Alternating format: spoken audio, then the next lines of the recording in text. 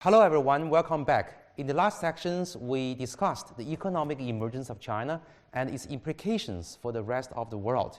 Now we do need a historical perspective on this issue in order for us to better understand the long-term trend of the China's economic and social development. And I'm very, very happy that I have a wonderful personal friend, and he is a leading expert in China's modern history and philosophy, Professor Wang of Tsinghua University.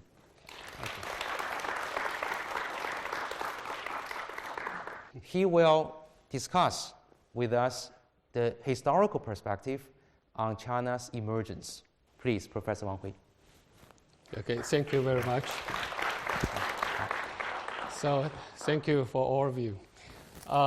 This is the first time for me to talk to the students from the business school. I used to talk to the students from humanities. It's really different, to some extent, different words. So I'm looking forward to communicate with all of you in the whole the whole course of my lecture. If you have anything that you want me to clarify, just raise your hand.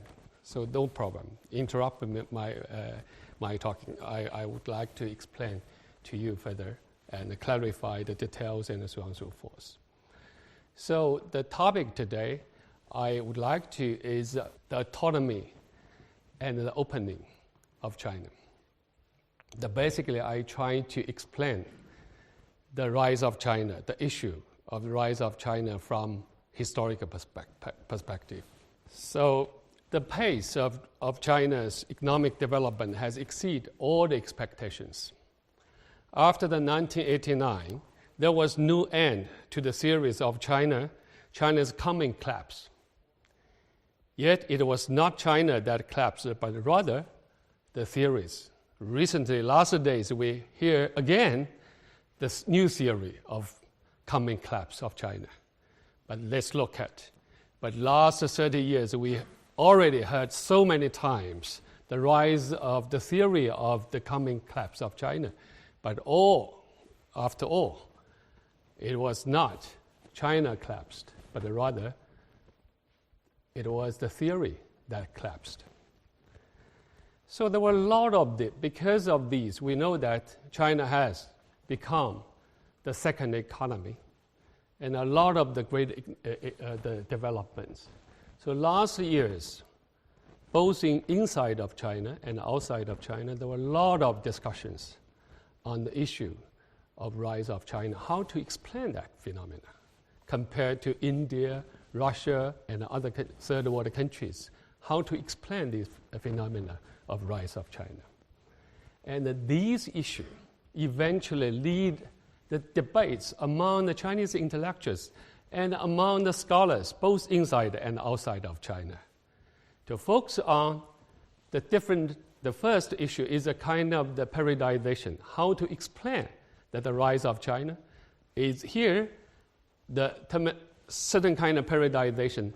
Should we explain this recent rise of China from the perspective the whole century, the 100 years? Or some people argue that mainly about the 60 years. Why the 60 years? Yeah, establishment of the People's Republic of China. And then the mainstream, of course, focus on the 30 years. Why it is 30 years? So, huge debates among the specialists and the intellectuals about Chinese rise. Some people argue the importance of the reform, the period of the reform and opening, so that focus on the 30 years. Some people will argue that there was historical foundation established after the establishment of the People's Republic of China, so 30 years. So how to interpret the connection between the first phase and the second phase? Some other people will trace back to the long tradition that the whole 20th century of China. So these were three phases of the developments of China. How to interpret that? Obviously, we know that the Chinese reform started from the negation of Cultural Revolution. And more people became very critical to the early stages. But historically speaking, how to explain the interaction or the connections between these stages? These were the issues. Now I move to the first part. Let's start it from the two singularities, or the two characteristics of China's 20th century. The first characteristic is the continuity of empire and the nation established in the revolutionary state building process at the beginning of the short 20th century. We know that the 20th century marked by turmoils, serious global scale, the disintegration of empire, national movements, social revolution. These are the huge moments here and there. So it's interesting. There was a parallel process in many places that the disintegration of empires, together with constitutional revolution, together. We know that in the 20th century, that the first revolution, we can arguably, it was the Russian Revolution, 1905, not the 1917, that triggered by the Japanese-Russian War in northeast China, 1904. After the failure of that war, it was the first Russian Revolution. In 1907, there was the Iran Revolution. In 1909, there was Turkish Revolution, and in 1911, Chinese Revolution. After the 1911 Revolution, the first republic in Asia was founded in China. That's why, at that time, many people argue that it was the significant milestone of the so-called the age of awakening of Asia. So the Chinese Revolution, the first Chinese Revolution, the 1911 Revolution, marked the beginning of the 20th century. By arguing this, so how should we explain the continuity between the empire, compound, and the sovereign state? Why I raise this issue? Because, as I said, in this first stage, most of the empires, in the whole wave, the waves of the national movements and the constitutional revolutions, disintegrated. So the whole huge empire disintegrated into the different nation states. Russian, Austro-Hungarian, Ottoman, and so on and so forth.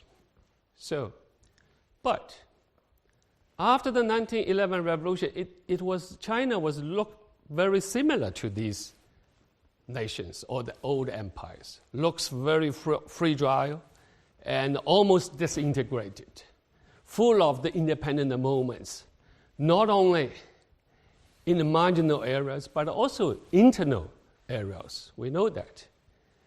In 1911 revolution, second year, it was Outer Mongolia claimed its independence.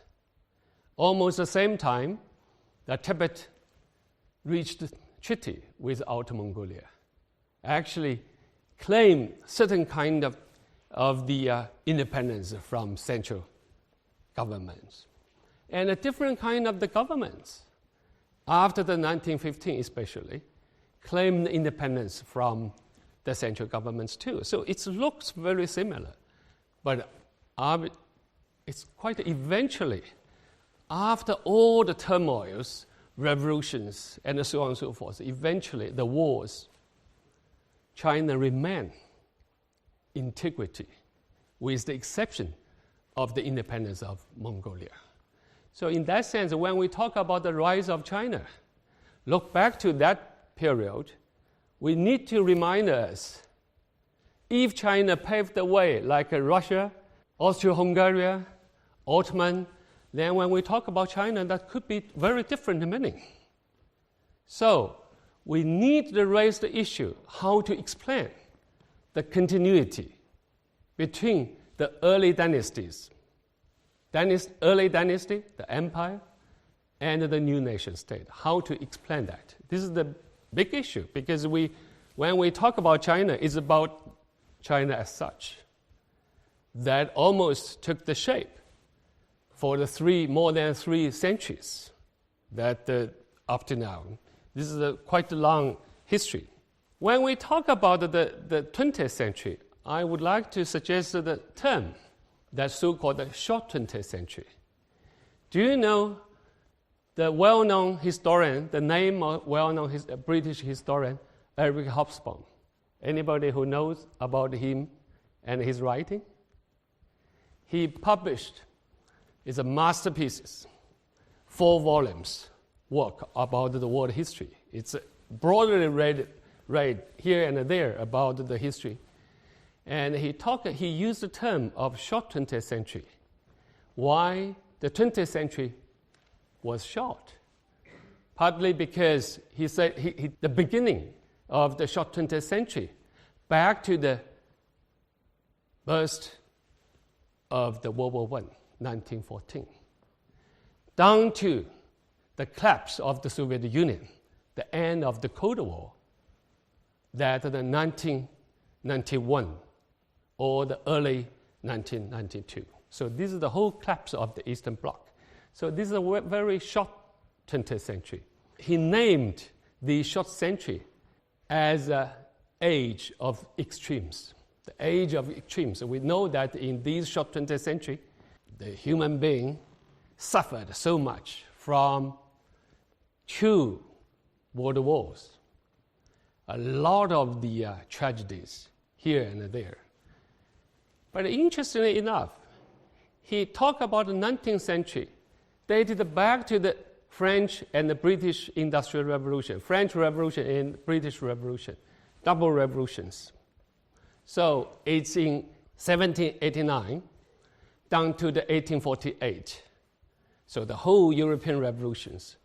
He used the term of the age of revolution. So obviously, he gave the difference between the revolution and the extremes. Why? Because the revolution means some innovation, a lot of the creativity. Without the French Revolution, it's difficult for us to understand the democracy, human rights, and so on and so forth. All the political values, political systems, dated back to that period. So for him, revolution always means something positive. But extremes means violence, meaningless, suffering, sacrifice, and so on and so forth. I think he didn't touch upon, he only touched upon a little bit about Chinese history. A little bit. However, for me, without the interpretation of Chinese Revolution, it is very difficult for us to understand our political culture in the modern time. So a lot of although it is an age of extremes, because a lot of tragedies happened. We talk so much about that. The wars, both in the wars and the revolutions, a lot of the problems happened. But the basic structure of political system, economic system, the status of the people, and the collapse of the royal system, for example, the emperorship, and so on and so forth, these kind of things passed away only in this period.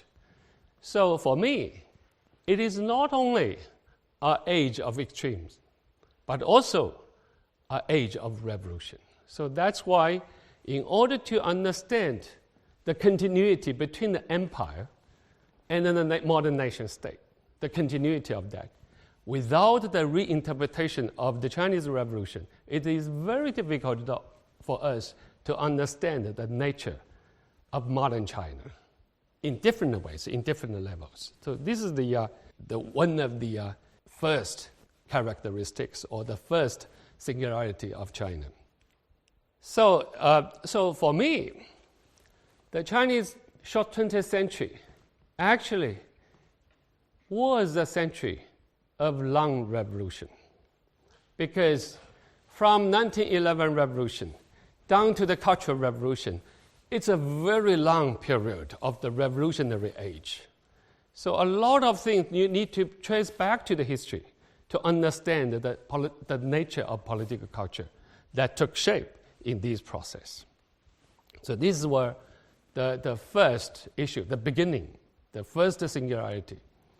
The second singularity, I think, or the characteristics for us to understand China is the way of ending of 20th century for China. How that?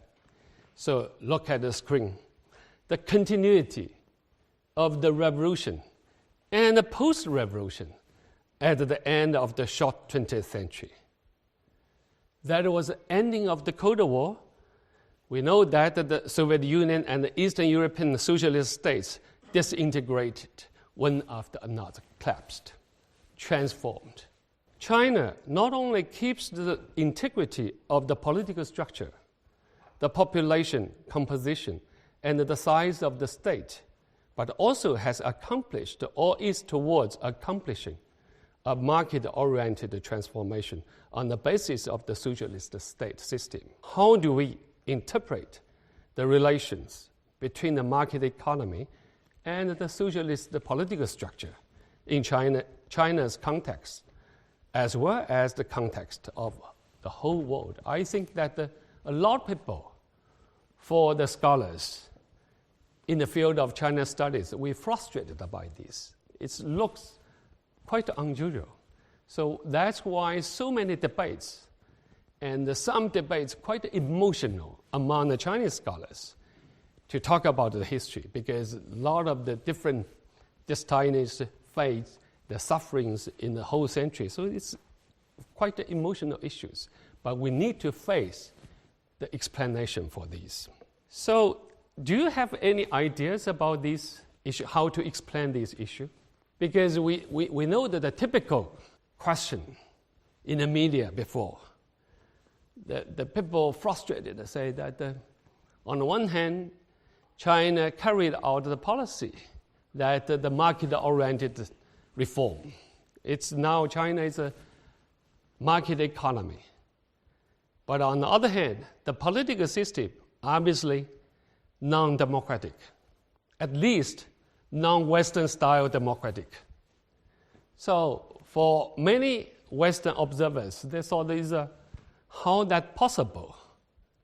So on the one hand, they are quite positive to the transformation or the transition towards the market economy, and as well as very critical to the political structure, right? This is quite but for me and for all of us, need to give a historical explanation for this. Not only give the positive or negative answer to that, but how to explain that, the issues. So in the debate about the Chinese reform, many scholars emphasize the stability of China's development and think that there had not been any major crisis. This is not correct. We know that the biggest crisis during the reform, it was in the 1989 political crisis, together with the economic crisis. We know that. And that crisis triggered a series of events in Eastern European countries, Soviet Union. And eventually, all these countries collapsed. And only after that, people look back to China, found that still the starting point remained standing there. So a lot of people surprised and shocked by the fact even.